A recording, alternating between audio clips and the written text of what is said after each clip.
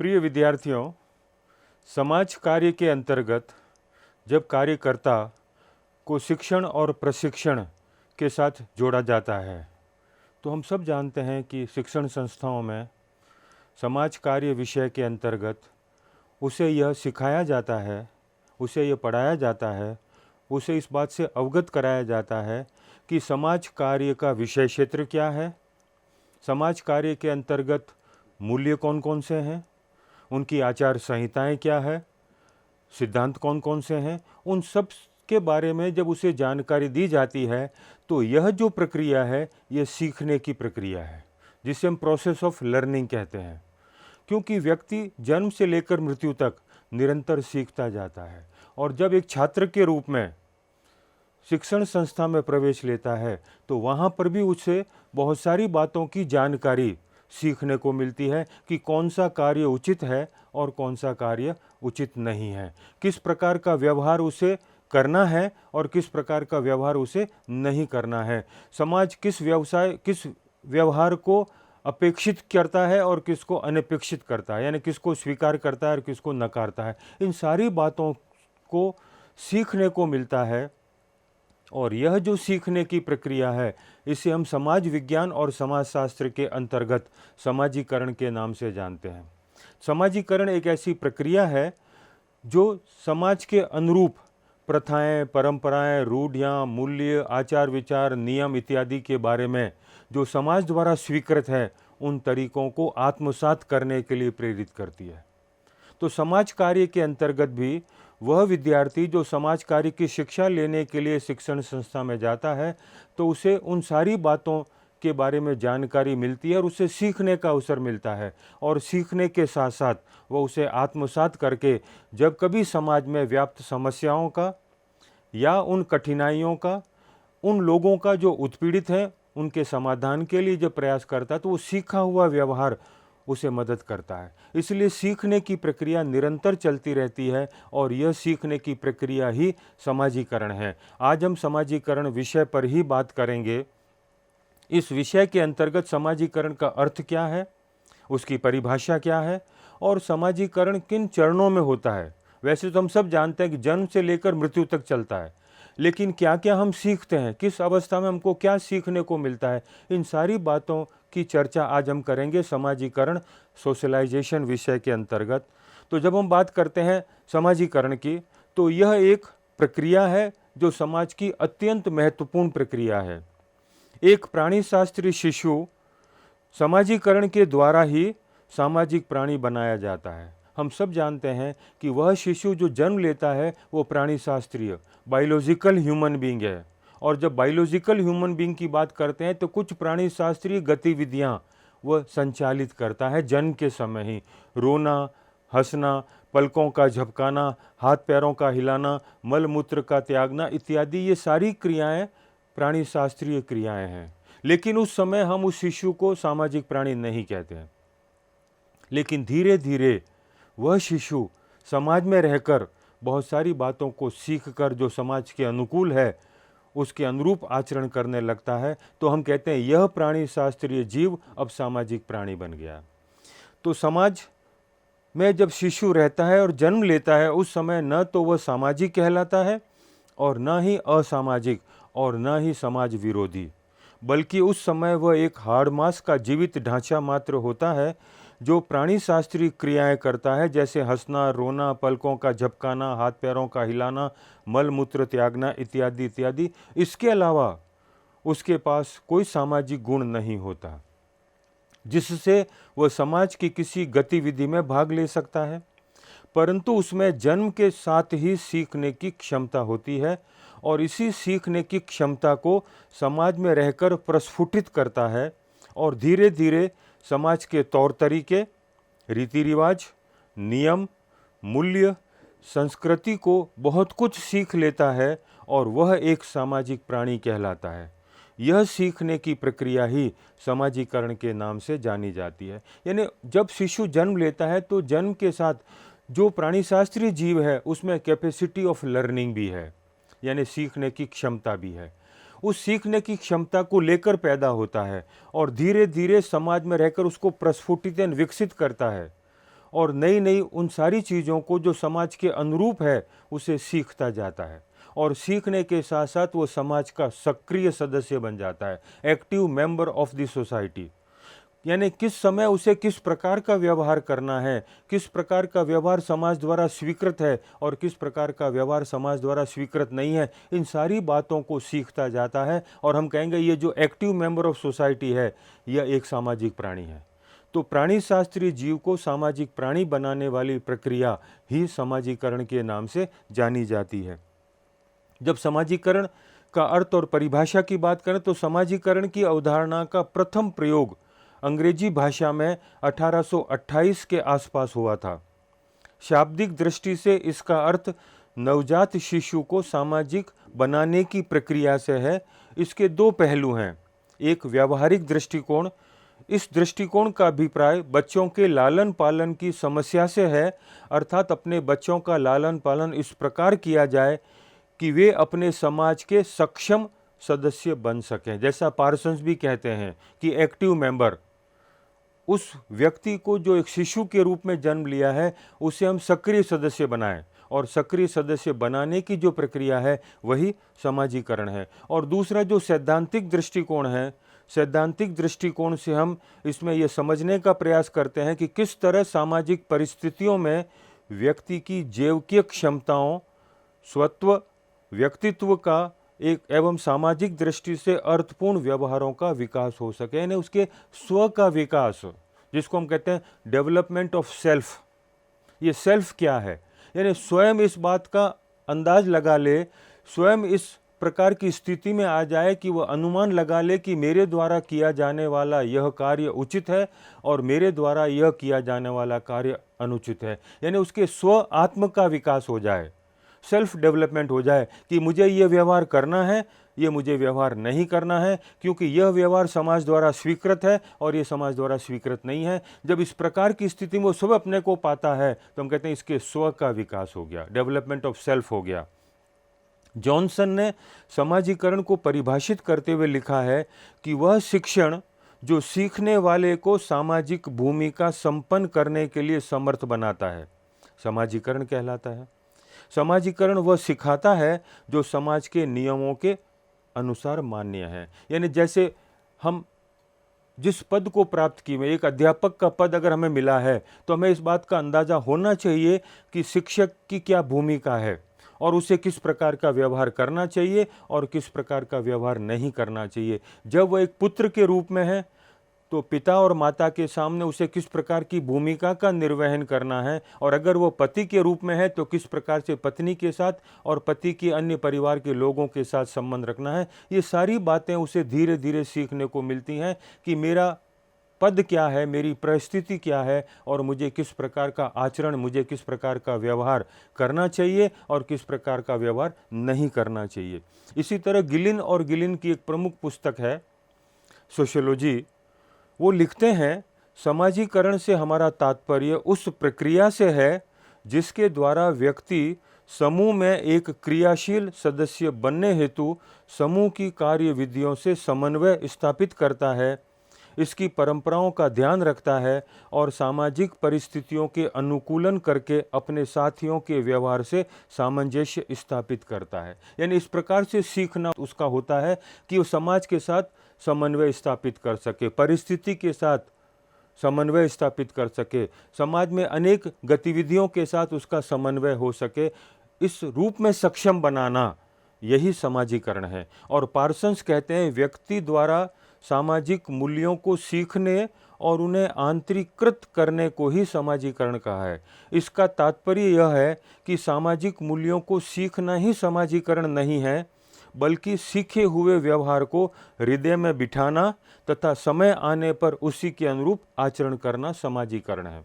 जैसे हम कई बार देखते हैं कि माता अपने बच्चे को सिखाते समय कई चीज़ें बताती कि ये करना है और बच्चे ने कहा हाँ मैं वो सीख गया, और समय आने पर वो उसके जैसा व्यवहार न करे तो हम कहेंगे इसने उसको आंतरिकृत नहीं किया, उसको इंटरनलाइज नहीं किया है। तो समाजीकरण मात्र सीखना ही नहीं है, सीखने के साथ साथ हृदय में बिठाकर समय आने पर उसके जैसा ही व्यवहार करना, यही समाजीकरण है।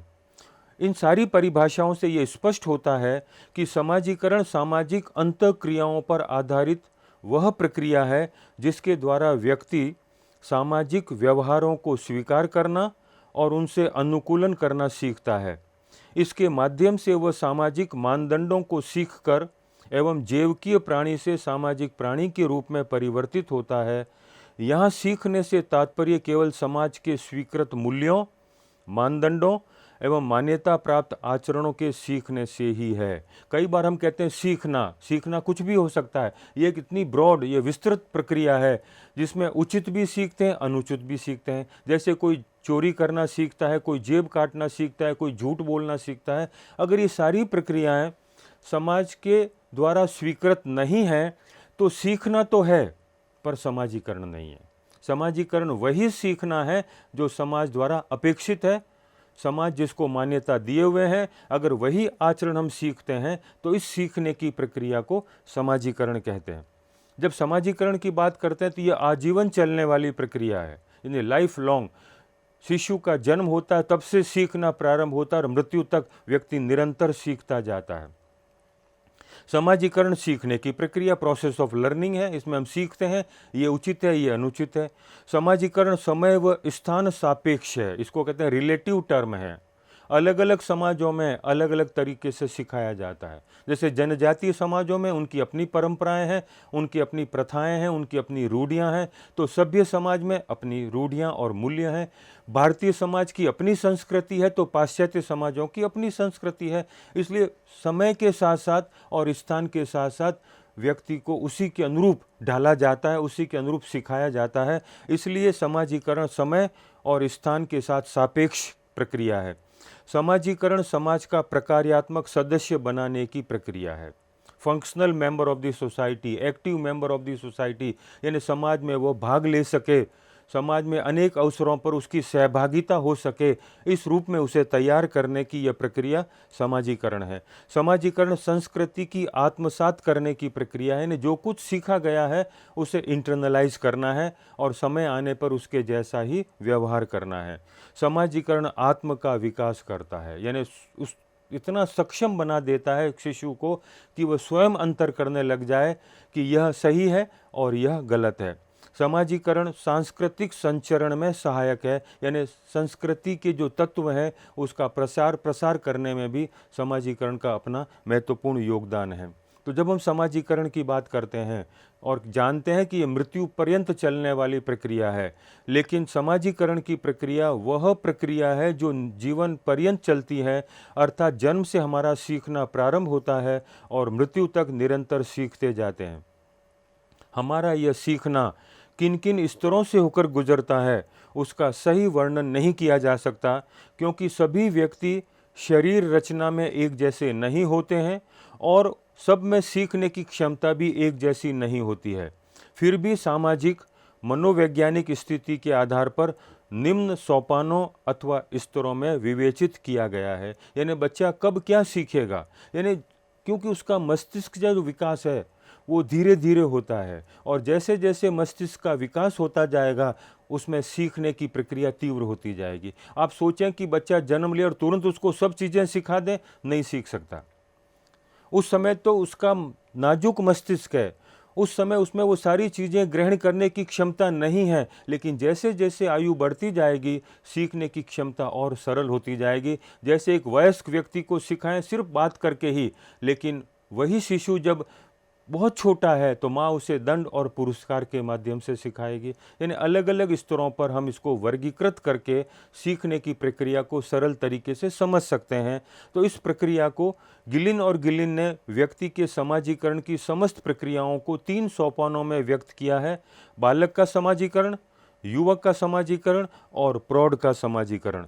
लेकिन जॉनसन ने जो पुस्तक लिखी सोशियोलॉजी और पार्सन्स की जो पुस्तक है उसमें उनने 4 सोपानों का वर्णन किया है। पहली मौखिक अवस्था ओरल स्टेज, दूसरा शौच सोपान द एनल स्टेज, तीसरा गुप्तावस्था या ऑडिपल अवस्था लिटेंसी या ऑडिपल स्टेज और चौथी किशोर अवस्था द एडोलेसेंट स्टेज। ये जो एडोलेसेंट स्टेज इसको फिर आगे जॉनसन ने 3 भागों में बांट दिया: युवावस्था, प्रौढ़ अवस्था और वृद्धावस्था। The adult, the youth and the old. इस तरह से 3 भागों में विभक्त करके उसे बताया कि लास्ट तक हम सीखते जाएंगे। तो जो सबसे पहली अवस्था है मौखिक अवस्था, यह अवस्था जन्म से 1-1.5 वर्ष तक की मानी गई है। इस अवस्था में बालक अपने सुख दुख आदि को मुंह के हाव भावों द्वारा अभिव्यक्त करता है, इस कारण इसे मौखिक अवस्था कहते हैं। जब शिशु को दुख होता है तो रोने लगता है, जब खुशी का एहसास होता है हंसने लगता है। तो जो भाव है उसके फेशियल एक्सप्रेशन से पता लगते हैं, इसलिए इस अवस्था को ओरल स्टेज कहा है। इस अवस्था में उसका संपर्क अपनी माँ या जो भी व्यक्ति उसके सामने अधिक समय तक रहता है से होता है। इसके अलावा वह और किसी भी व्यक्ति को नहीं पहचानता। पार्सन्स कहते हैं कि माता एवं शिशु की एक उप प्रणाली बन जाती है। परिवार के अन्य सदस्यों के लिए शिशु सिर्फ खिलौना मात्र होता है। इतना अवश्य है कि माँ के साथ संपर्क से बच्चे को आनंद का अनुभव होता है। जब हम जानते हैं कि बच्चे को भूख लगती है तो रोने लगता है और तुरंत उसको पता है कि कौन उसके पास आएगा। एक चित्र, एक कॉग्निटिव मैप की तरह से उसके मस्तिष्क में अंकित हो जाता है और जैसे ही माँ की आकृति उसके आंखों के सामने आती है वो प्रसन्नचित हो जाता है। जैसे ही उसे भूख का एहसास होता है रोने लगता है और माँ को देखती खुशी का एहसास।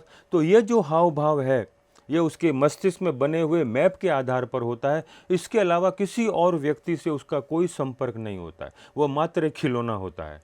लेकिन सीखना यहीं से प्रारंभ होता है। दूसरी जो अवस्था है शौच सोपान अवस्था। शौच मतलब ही मलमूत्र त्यागने की प्रक्रिया है। तो जब शिशु थोड़ा सा संभलने की स्थिति में होता है तो माता उसे बताती है कि शौच कहाँ करना है, मलमूत्र कहाँ त्यागना है, कौन सा स्थान उचित है, कौन सा अनुचित है। इसलिए इस अवस्था को शौच सोपान या शौच अवस्था कहते हैं। इस अवस्था की अवधि 1.5 से 2 वर्ष से लेकर 3 से 4 वर्ष तक की भारत में मानी है और अमेरिका में यह अवस्था 1 वर्ष से 3 वर्ष की मानी गई है। जैसा कि इस अवस्था के नाम से ही स्पष्ट है कि शौच सोपान जहाँ शिशु को शौच संबंधी जानकारी देनी है। यह शौच संबंधी जानकारी माता द्वारा दी जाती है तथा उसे ये बताया जाता है कि शौच कहाँ करना है और कहाँ नहीं करना है। इसके लिए माता दंड और पुरस्कार दोनों का सहारा लेती है। शौच सोपान में शौच प्रक्रिया अलग अलग समाजों एवं संस्कृतियों में अलग अलग होती थी। जब माँ उसे बताती है कि अब तुम थोड़े बड़े हो गए हो, अब तुम्हें बिस्तर में लेटे लेटे मलमूत्र नहीं त्यागना है, तुम्हें उस स्थान का उपयोग करना है। और बच्चे ने कहा ठीक है मैं वही करूँगा। अगर बच्चा वही करता है तो माँ तुरंत उसे पुरस्कार देती है और पुरस्कार देने का मतलब उसके प्रेम करना, उसे सीने से लगा लेना। और जब बच्चे को बताया कि तुम्हें शौच वहाँ करनी है फिर भी बच्चे ने वैसा नहीं किया तो माँ पहले डांटेगी, आंखें दिखाएगी, थप्पड़ भी मार सकती है, ये दंड के रूप में है। तो पुरस्कार और दंड के माध्यम से उसे सिखाया जाता है कि अगर मेरे बताए हुए मार्ग पर चलोगे तो पुरस्कार और उसके विपरीत आचरण करने पर दंड। तो रिवार्ड एंड पनिशमेंट के द्वारा शिशु को सिखाया जाता है कि these are the right and these are the wrong, ये एक्टिविटीज़ सही है और ये एक्टिविटीज़ गलत है। इसके साथ साथ इस अवस्था में माता बच्चे को दूध पीने की आदत में भी परिवर्तन लाने के लिए तैयार करती है। अब तक तो माँ स्तनपान कराती है, लेकिन अब कहती है तुम थोड़े बड़े हो गए हो, अब तुम्हें इसको छोड़ना है। इससे बच्चे को तो कष्ट होता ही है, साथ में माँ भी कष्ट का एहसास या महसूस करती है, फिर भी उसे सही बातों की जानकारी देना उसका कर्तव्य है। इस अवस्था में बच्चा बोलने लगता है, चलना फिरना प्रारंभ कर देता है। अब उसकी अंतःक्रिया सिर्फ माँ से ही नहीं बल्कि परिवार के अन्य सदस्यों जैसे पिता, भाई, बहन तथा अन्य संबंधियों से भी होती है। जैसे जैसे उसकी अंतःक्रिया बढ़ती है बच्चे का मानसिक विकास वैसे वैसे तेजी से होने लगता है। अब बच्चा थोड़ा बड़ा होने लगा है, चल फिर सकता है, तो कई लोगों से उसकी अंतर्क्रिया होती है और अंतर्क्रिया में ही माँ उसे बहुत सारी बातें सिखा देती है। जैसे हम एक उदाहरण दें, एक बच्चा अपने पिता को कहता है पापा तू, जैसे ही उसने कहा पापा तू, माँ तुरंत कहेगी नहीं पापा बड़े हैं, इन्हें तू नहीं कहना है, इन्हें आप कहना है। बड़े भाई को मारे तो माँ तुरंत कहती बड़े पर हाथ नहीं उठाना, ये गलत आचरण है। यानी ये गलत है और ये सही है। ये धीरे धीरे उसे सीखने को मिलता है कि मेरे से बड़े हैं तो मुझे कैसा व्यवहार करना है और मेरे से छोटे हैं तो उनसे मुझे किस प्रकार का व्यवहार करना है। तो अंतःक्रिया के दौरान ही उसे सब सीखने को मिलता है कि मेरे द्वारा कौन सा कार्य स्वीकृत किया जाएगा और मेरे द्वारा कौन सा कार्य स्वीकृत नहीं किया जाएगा। इसी तरह से जो तीसरी अवस्था में उसे सीखने को मिलता है उसे ऑडिपल अवस्था या गुप्तावस्था कहते हैं। यह अवस्था 4 वर्ष से 12 वर्ष या 13 वर्ष तक की मानी गई है। इसमें बच्चा परिवार के अन्य संबंधियों, मित्रों, पड़ोस इत्यादि से संपर्क और सामाजिक संबंध स्थापित करता है, परंतु प्रारंभ के वर्षों में अर्थात 4 से 6 वर्ष की आयु में ऑडिपस संकट होता है। 6 वर्ष की आयु के पश्चात जो महत्वपूर्ण बातें सीखने को मिलती हैं वह है योनिक भेद, इसलिए उसे गुप्तावस्था काल कहा है। इस अवस्था में बालक यौन भेद की ओर आकर्षित होता है। इस अवस्था में ऑडिपस कॉम्प्लेक्स और इलेक्ट्रो कॉम्प्लेक्स जन्म लेते हैं। यानी बच्चा धीरे धीरे थोड़ा बड़ा हो रहा है। बड़ा होते समय बहुत सारी बातें माता उसे सिखाती है। मस्तिष्क में एक प्रकार की ग्रंथि विकसित होती है। अगर वो लड़का है तो पितृ यौन ग्रंथि विकसित होती है और अगर लड़की है तो मातृ यौन ग्रंथि का विकास होता है। इस ग्रंथि के विकास से आकर्षण की प्रक्रिया प्रारंभ होती है। लड़का जो है वह अपने से विपरीत लिंग के प्रति आकर्षण महसूस करता है, तो वह ये चाहेगा कि माँ अधिक से अधिक मेरे पास बैठे, क्यों माँ विपरीत लिंग की है, और अपने से समान लिंग के प्रति उसके मन में ईर्ष्या होगी और ईर्ष्या ये होगी कि वो चाहेगा कि पिता माँ के पास कम बैठे। अगर लड़की है तो वो पिता के पास अधिक बैठना चाहेगी और वो चाहेगी कि माँ पिता के पास कम बैठे। इस प्रकार से उसे यौन भेद के बारे में जानकारी, और कई बार माँ भी बातों बातों में बहुत सारी बातें सिखा देती है कि तुम लड़की हो, तुम लड़के हो, तुम्हें ये करना है, तुम्हें ये नहीं करना है, तुम्हें ये खेल खेलना है, तुम्हें ये खेल नहीं खेलना है। इस तरह से बताया जाता है कि तुम लड़की हो और तुम लड़का हो। ये यौन भेद जो है वो इसी अवस्था में सीखने को मिलता है। ऑडिपस कॉम्प्लेक्स के कारण लड़का अपने से विपरीत लिंग की ओर आकर्षित होता है, इसलिए वो अपनी माँ से अधिक प्यार करने लगता है और वह चाहता है कि माँ भी उसे प्यार दे तथा पिता उसकी माँ को प्यार न दे, अर्थात समान लिंग से ईर्ष्या होती है। इसके ठीक विपरीत लड़कियों में इलेक्ट्रो कॉम्प्लेक्स के कारण वे ये चाहती हैं कि पिता उनसे अधिक प्यार करे और वे भी पिता को अधिक प्यार दें, माँ पिता के पास अधिक नहीं बैठे। इसके साथ साथ जॉनसन कहते हैं बालक का संपर्क अनेक लोगों से होता है और अब वो स्कूल भी जाने लगता है, पड़ोसियों तथा मित्रों के बीच भी खेलने लगता है, तो कई प्रकार की जानकारियाँ जो समाज के अनुकूल होती है उसे सीखने को इस अवस्था में मिलती है। यानी अब बच्चा घर से बाहर भी कदम रखता है, हम उम्र समूह के बीच खेलने जाता है, पड़ोस में जाता है, पढ़ने के लिए शिक्षण संस्थाओं में दाखिला लेता है, तो वहाँ पर कक्षा के विद्यार्थियों के साथ, अध्यापक के साथ, पड़ोस में अपने हम उम्र के बच्चों के साथ, उनके माता पिता के साथ बहुत सारी खेल खेल में बातचीत के दौरान अंतर्क्रिया के कारण बहुत सारी बातें सीखने को मिलती हैं कि कौन सा व्यवहार उसे करना है और कौन सा व्यवहार नहीं करना है। इसी तरह की जो चौथी अवस्था है वो है किशोर अवस्था, एडोलेसेंस स्टेज। किशोर अवस्था का प्रारंभ यौवनारंभ से माना है, प्यूबरिटी। यह अवस्था मनुष्य के लिए संक्रांति काल के रूप में उभर आती है। संक्रांति काल इसलिए कहते हैं कि न तो बचपन पूरा गया है और न युवा अवस्था आई है, दोनों के बीच की जो काल की अवधि है उसे हम कहते हैं ये संक्रमण काल है। यहाँ पर बहुत सारा तनाव शिशु को होता है। यह एक ऐसी अवस्था है जिसमें लड़का लड़की अधिक से अधिक अपने माता पिता के नियंत्रण से मुक्त होना चाहते हैं, विशेष रूप से यौन संबंधी गतिविधियों में। किशोर अवस्था में बालक के शरीर में कुछ स्पष्ट परिवर्तन दिखाई देते हैं, जैसे लड़के के दाढ़ी मूछें प्रस्फुटित होना, आवाज़ का भारी होना, लड़कियों के में मासिक धर्म का प्रारंभ होना, स्तनों का बढ़ना इत्यादि। इससे वह स्वतंत्रता की कामना चाहता है। यह वह काल है जिसमें बच्चा अपने को बड़ा मानने लगता है और बड़े उसे छोटा समझकर अपने पास बैठने नहीं देते तथा वह स्वयं छोटों के बीच बैठना नहीं चाहता। इसलिए इसे मार्जिनल या सीमावर्ती आयु कहा है। लड़का ये मानता है कि बड़ा हो गया हूँ और वो बड़ों के बीच बैठना चाहता है और बड़े कहते तुम अभी छोटे हो। तुम बड़ों के बीच न बैठो, तो ऐसी स्थिति में न वो इधर बैठना चाहता न उधर बैठने देते हैं, वो अकेला पड़ गया। इसको कहते हैं लोनलीनेस, अकेलापन। और इस अकेलेपन के कारण कई प्रकार की निराशाएं, फ्रस्ट्रेशन पैदा होता है, और उस फ्रस्ट्रेशन से कई बार बच्चा समाज के नियमों के विपरीत आचरण करने लगता है। जैसे हम कई बार देखते हैं ट्रुएंसी, भगोड़ापन। बच्चा जो है स्कूल से भागना सीख जाता है इस संक्रमण काल में, और भागकर वो फुटपाथ पर घूमता रहता है, कई प्रकार की ऐसी गतिविधियों से संलग्न हो जाता है जो समाज द्वारा स्वीकृत नहीं है। क्योंकि इस एज को जो मार्जिनल एज कही है, उसमें अधिक से अधिक अपेक्षा ये की जानी चाहिए परिवार के लोगों से कि उस पर ध्यान रखें कि बच्चा कहीं ऐसी गतिविधियों में तो नहीं जुड़ रहा है जो समाज विरोधी है, और अगर वो आगे इस तरह की गतिविधियों से जुड़ेगा तो एक गंभीर अपराधी बन सकता है। इसलिए पार्सन्स ने बहुत सुंदर बात कही, निप इन द बड, कली फूल बने उसे पहले ही कुचल दो। अगर आपको ये लगे कि उस बच्चे में ऐसे भाव प्रस्फुटित हो रहे हैं जो समाज विरोधी हैं, जो नियम के विपरीत हैं, तो उसे साइकोथेरेपी, मनोचिकित्सा के द्वारा उसे कुचलकर एक सही सामाजिक प्राणी बनाया जा सकता है। इसलिए इसे सीमावर्ती आयु कहते हैं। इससे उसके मन में अकेलेपन के भाव बढ़ते हैं, जिसके परिणाम स्वरूप निराशाएं उत्पन्न होती हैं।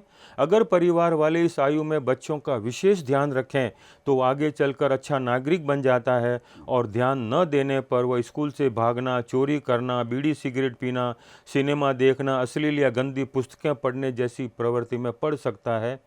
इस अवस्था में परिवार के अलावा उसका संपर्क अध्यापक, कक्षा के सहपाठियों, मित्रों और घर आए नवागंतुकों के साथ भी होता है, जिससे उसको अपने विचारों के साथ समायोजन करना पड़ता है।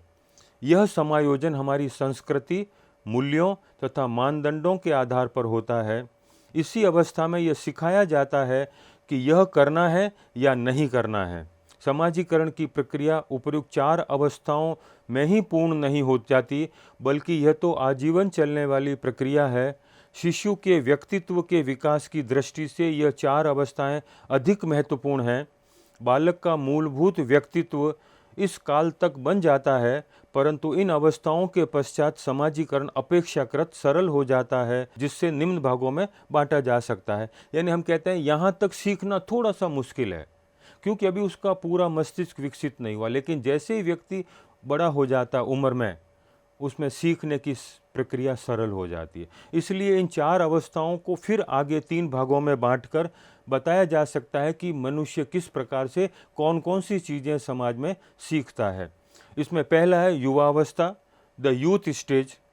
इस अवस्था में व्यक्ति युवक बन जाता है, उसे अनेक नए पद प्राप्त होते हैं, जैसे किसी कार्यालय का कर्मचारी या व्यापार या किसी अन्य व्यावसायिक समूह का सदस्य बन जाता है, जिससे नई भूमिकाओं को ग्रहण करता है। परिवार में इस अवस्था में उसका विवाह हो जाने से उसे पति, पिता, दामाद, जीजा इत्यादि परिस्थितियां प्राप्त होती हैं, जिससे उसकी नई भूमिकाएं उसके साथ जुड़ जाती हैं और उसी के अनुरूप उसे व्यवहार करना सीखने को मिलता है। अनेक परिस्थितियों को एक साथ प्राप्त करने से कभी कभी उसे भूमिका संघर्ष का सामना भी करना पड़ता है, जिसे रोल कॉन्फ्लिक्ट कहते हैं। अब धीरे धीरे व्यक्ति जब युवावस्था में पहुंचता है तो अपनी शिक्षा पूरी कर लेगा, कहीं नौकरी के लिए जाएगा, कोई व्यापार प्रारंभ करेगा। अब उसका विवाह भी हो जाएगा, तो विवाह से उसके नए संबंध बन जाएंगे, पत्नी से, पत्नी के परिवार वालों से, सास से, ससुर से, साला से, साली से, इन सब से। तो उसे ये सीखने को मिल जाएगा, या समाज उसे सिखा देगा कि किसके साथ उसे किस प्रकार का व्यवहार करना है। जो व्यवहार अपने माता पिता के साथ करता है, वैसा व्यवहार अपने सास ससुर के साथ नहीं करेगा। जैसा व्यवहार अपने भाई बहन के साथ करता है, वैसा अपने साला और साली के साथ नहीं करेगा। पत्नी के साथ कैसा व्यवहार होगा और पत्नी अपने पति के साथ कैसा व्यवहार करेगी, ये सब सीखने को मिलता है कि ये उचित व्यवहार होगा, ये अनुचित व्यवहार होगा। इसी तरह से दूसरी जो अवस्था है वो प्रौढ़ावस्था, व्यक्ति थोड़ा और बड़ा हो रहा है। इस अवस्था में व्यक्ति का उत्तरदायित्व और बढ़ जाता है, उसके बच्चे बड़े हो जाते हैं, उस पर बच्चों की शिक्षा दीक्षा का बोझ पड़ता है, उनके विवाह की भी व्यवस्था करनी पड़ती है, जिससे उसे एक और पद प्राप्त होता है, उसके अनुरूप अपना व्यवहार करना पड़ता है। जैसे अब बच्चा जब बड़ा हो गया, विवाह हो गया, उसके बच्चे हो गए, बच्चे को कौन सी स्कूल में भेजना है, किस तरह से सिखाना है। अब बच्चों का विवाह हो गया तो उसका पद और बढ़ गया, अब वो ससुर हो गया, सास हो गई, अब उनके बच्चे हो जाएंगे, तो इस तरह से उसके पद बढ़ते जाएंगे। तो जब सास ससुर है तो अपने दामाद या अपनी पुत्रवधू के साथ कैसा व्यवहार करना है, कौन सी बातें स्वीकृत की जाएंगी, कौन सी स्वीकृत नहीं की जाएंगी, ये सब चीज़ें उसे सीखने को मिलती हैं। जॉनसन कहते हैं कम से कम 3 कारणों से वयस्कों का समाजीकरण बच्चों के समाजीकरण से सरल है। वयस्क साधारणतया उस लक्ष्य की प्राप्ति के लिए कार्य करने को प्रेरित होता है जो वह स्वयं देख चुका है, यानी खुद जो देखता है वही करता है। जिस नई भूमिका को वह आंतरिकृत करने की चेष्टा करता है उसमें और उसके व्यक्तित्व में पहले से ही उपस्थित भूमिकाओं में काफ़ी समानताएं होती हैं। समाजीकरणकारी भाषा के माध्यम से उससे ठीक से संप्रेषण कर सकता है, इन्हें ये सब चीज़ें सीख सकता है। अब वृद्धावस्था आ गई, ओल्ड एज।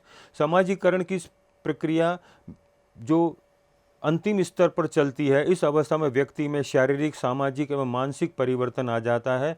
शरीर में कमजोरी आ जाती है, झुर्रियाँ पड़ जाती हैं, स्वभाव चिड़चिड़ा हो जाता है, काम करने की सामर्थ्य नहीं रहती इत्यादि। व्यक्ति इस अवस्था में अब दादा, नाना, परदादा इत्यादि बन जाता है। नए पद के अनुरूप उसे भूमिकाएं भी निभानी होती है। नौकरी कर रहा है तो उसे सेवानिवृत्त हो जाता है, अब वह पराश्रित हो जाता है और कई इच्छाओं को उसे मारना पड़ता है। पारिवारिक स्तर पर अनेक तनाव की स्थिति आ जाती है। इन्हीं परिस्थितियों में उसे कुछ न कुछ सीखने को मिलता है और इस तरह व्यक्ति का सीखना उस समय तक चलता रहता है जब तक कि उसकी मृत्यु न हो जाए। इसलिए कहते हैं ये प्रक्रिया जीवन पर्यंत चलती है। वृद्धावस्था में बहुत सारे पद मिलने से उसे नई नई भूमिकाओं के अनुरूप अपने को ढालने और उसके अनुरूप आचरण करने की बात भी सीखने को मिलती है। तो हम कह सकते हैं कि समाजीकरण की प्रक्रिया एक ऐसी प्रक्रिया है जो एक नवजात शिशु को समाज का सक्रिय सदस्य बनाती है। जब शिशु का जन्म होता है उस समय वह न तो सामाजिक, असामाजिक और न ही समाज विरोधी होता है, बल्कि वह प्राणी शास्त्रीय जीव होता है। लेकिन उस प्राणी शास्त्रीय जीव को समाज के अनुरूप बनाने की प्रक्रिया समाजीकरण है, जिसमें शिशु को समाज के नियमों, परंपराओं, कार्य प्रणालियों, मूल्यों, आदर्शों, प्रतिमानों इत्यादि के बारे में जानकारी दी जाती है, जिससे शिशु उस प्रक्रिया के अंतर्गत सीखकर आंतरिकृत कर लेता है और समय आने पर उसके जैसा ही व्यवहार करने लगता है। इसलिए एक सीखने की प्रक्रिया है, लेकिन इसे सीखने की प्रक्रिया के बजाय समाजीकरण कहते हैं, क्योंकि सीखना तो कुछ भी हो सकता है, समाज के अनुकूल भी हो सकता है, समाज के प्रतिकूल भी हो सकता है, परंतु समाजीकरण में शिशु को वही सिखाया जाता है जो समाज के अनुकूल है। समाजीकरण की प्रक्रिया जीवन पर्यंत चलने वाली प्रक्रिया अर्थात जन्म से प्रारंभ होती है और मृत्यु तक चलती रहती है, जिसमें व्यक्ति जन्म से सीखना प्रारंभ करता है, नई नई बातें, नए नए पद, नई नई भूमिकाओं के अनुरूप अपने को ढालकर उसके अनुरूप व्यवहार करने की जो प्रक्रिया है वह समाजीकरण की प्रक्रिया कहलाती है, प्रोसेस ऑफ सोशलाइजेशन।